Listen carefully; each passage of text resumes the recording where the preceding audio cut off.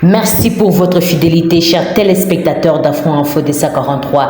Les affrontements entre les terroristes du M23 RDF et les jeunes patriotes appelés communément Wazalendo ont repris le mardi 14 novembre dans le groupement de Bambo, chefferie de Bwito, dans les territoires de Rutshuru. Et nos sources dans la zone confirment que les M23 a réussi à reprendre les contrôles d'une grande partie des Kishiché et Vizere Kibirizi. Les chefs coutumiers de la chefferie de Bwito, les Mwami Raphaël Nyamulaga de Bukavu, Kikandi 3 indique que les détonations d'armes lourdes et légères provoquent de nouveaux déplacements des habitants vers des zones jugées sécurisées. C'est depuis 4 heures que les affrontements ont repris entre le Wazalendo et les terroristes du M23. Et ses ennemis de la République ont repris les contrôles de Kishiché, zone qu'ils avaient abandonnée depuis plus de 10 mois maintenant. Ils ne progressent pas, mais ils sont en train de déborder les positions de nos forces. La situation est tendue dans la zone. De nouveaux déplacements de la population sont signalés. Il y a même certains habitants de Kibirizi qui commencent déjà à vider les lieux. Ils se dirigent vers Kanyabayonga, Kikuku et ailleurs, témoignent les chefs de la chefferie de Bwito, le Mwami Raphaël Nyamulaga Bukavu Kikandi 3. Le bombardement le lundi ont fait au moins 2 morts et 5 blessés parmi les civils dans l'agglomération des Bambou. Les fonctionnaires délégués adjoints du gouverneur dans la province de Bwito, Isaac Kibira, qui avance ses bilans provisoires, appellent le gouvernement congolais à penser à toutes ces populations victimes de cette guerre d'agression. Et c'est depuis longtemps que nous demandons à la fin de la guerre. La population souffre énormément et s'ils continuent à bombarder, ce sont des gens qui ont fui vers la brousse qui vont une fois de plus être victimes. Les M23 a pris Bambou, maintenant Kishiché.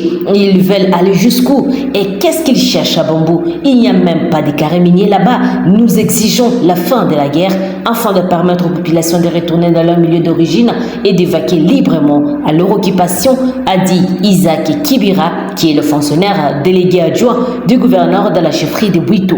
Sur d'autres lignes de combat à Kibumba, par exemple, dans les territoires de Nyiragongo ainsi qu'à Kiloliwe, dans les territoires de Massissi, une relative accalmie y est observée. Le rebelle terroriste du M23 consolide cependant leur position dans des zones récemment passées sous leur contrôle. La société civile ainsi que nombreux d'acteurs politiques notamment demandent au gouvernement de déclencher l'option militaire en vue de libérer toutes les zones occupées par ces terroristes du M23 RDF. Pour le contexte, les rapports d'une enquête préliminaire du Bureau conjoint des Nations Unies aux droits de l'homme et de la MONUSCO diffusé le 7 décembre 2022 avait confirmé que les combats terroristes du M23 ont tué au moins 131 civils, c'est-à-dire 102 hommes et 17 femmes, mais aussi 12 enfants au cours d'actes de représailles contre la population civile perpétrés le 29 et le 30 novembre à Kishiché et Bambo, 2 villages de la chefferie de Bwito dans le nord-ouest des territoires de Rutshuru. Selon le même rapport, les victimes ont été exécutées arbitrairement par balle ou à l'aide d'armes blanches.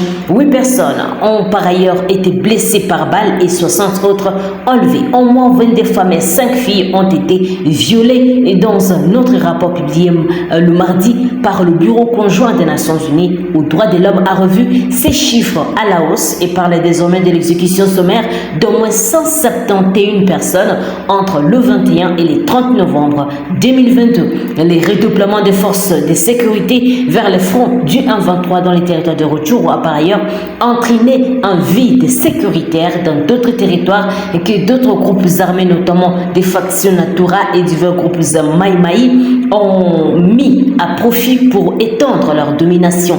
Note actualité.cd. François Morellon, chef de délégation du comité international de la Croix-Rouge en RDC, a alerté sur une augmentation marquée de recrudescence des mineurs dans les communautés des Massissi, de Rutshuru et aussi Nyiragongo lors d'une allocution au Palais des Nations Unies de Genève. Les adolescents, principalement des jeunes garçons, sont particulièrement à risque, tandis que les jeunes filles sont plus exposées aux violences sexuelles, a-t-il souligné. En septembre dernier, Washington a inscrit Kigali sur la liste des pays impliqués dans l'utilisation d'enfants soldats en réponse au soutien avéré du gouvernement rwandais au M23. Les experts de l'ONU sur la RDC ont signalé une intensification du recrutement par les M23 en juillet 2022 concentrés dans les territoires de Rutshuru, de Masisi, de Walikale et Lubero. Et ces recrutements provenaient également d'autres pays comme l'Ouganda et le Rwanda, attirant souvent de jeunes par de fausses promesses d'emploi. Certains combattants du M23 ont confirmé que les colonels Kanyamibwa supervisaient les entraînements militaires à Tchanzu et Runyoni, selon un rapport présenté au Conseil de sécurité des Nations Unies en décembre dernier. Note actualité.cd. Des ex-détenus graciés dans l'affaire de l'assassinat du feu président Laurent Désiré Kabila ont sollicité le samedi 11 novembre répondre à leurs anciennes fonctions d'État et ils ont formulé leurs requêtes au cours d'une conférence de presse tenue à Kinshasa. L'un d'eux, Constantin Nono Lutula, ancien conseiller spécial en matière de sécurité de Laurent Désiré Kabila, a également demandé au chef de l'État d'avoir un regard sur leur famille d'une vingtaine de personnes mortes lors de cette longue incarcération. C'est de nous repêcher dans des fonctions conformément à sa propre volonté, a-t-il souligné. Il a expliqué que certains parmi ces détenus ont vu leurs biens être confisqués par des personnes non autrement identifiées. Pour Nono Lutula, l'élévation des Dikapindes au rang de général des brigades est une nomination juridiquement bien charpentée. Une fois adoptée, la loi d'amnistie paralyse l'infraction et éventuellement les condamnations pénales. Il a en outre reconnu le bienfait du président honoraire Joseph Kabila Kabongé. Il a refusé qu'on nous tue. Il avait les derniers mots. Je suis avec les autres co-détenus et très reconnaissant envers lui. Non, Lutula affirme avoir appris l'humilité, l'amour et les pardons tout au long de son incarcération. Ces ex-détenus envisagent de créer une association d'amis des prisonniers. Notre radio Okapi. Terminons par cette nouvelle, le bilan de l'attaque sanglante des combattants de forces démocratiques et alliés dans la nuit du dimanche au lundi au village de Kitsanga, chefferie de Watalinga, a été revu à la hausse. Selon les autorités, il est passé de 19 à 33 personnes décapitées et d'autres tuées à l'arme. Et deux corps supplémentaires ont été découverts ce lundi dans les villages de Kitsanga et environ.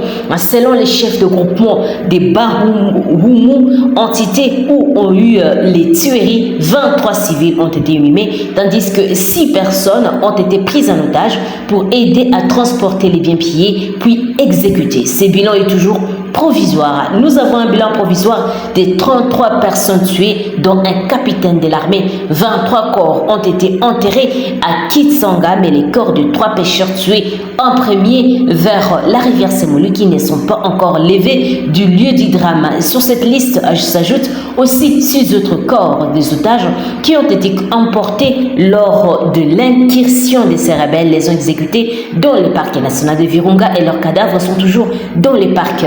Par contre, 2 enfants se sont noyés dans la rivière Lamia alors qu'ils fouillaient les tirs. Ils voulaient traverser la rivière pour se réfugier en Ouganda, déclare Samso Simana, qui est le chef de groupement des Bahumu. Et la Croix-Rouge confirme pour savoir avoir aidé à inhumer 23 corps sans les corps des responsables de l'armée qui avaient été transportés à un autre endroit.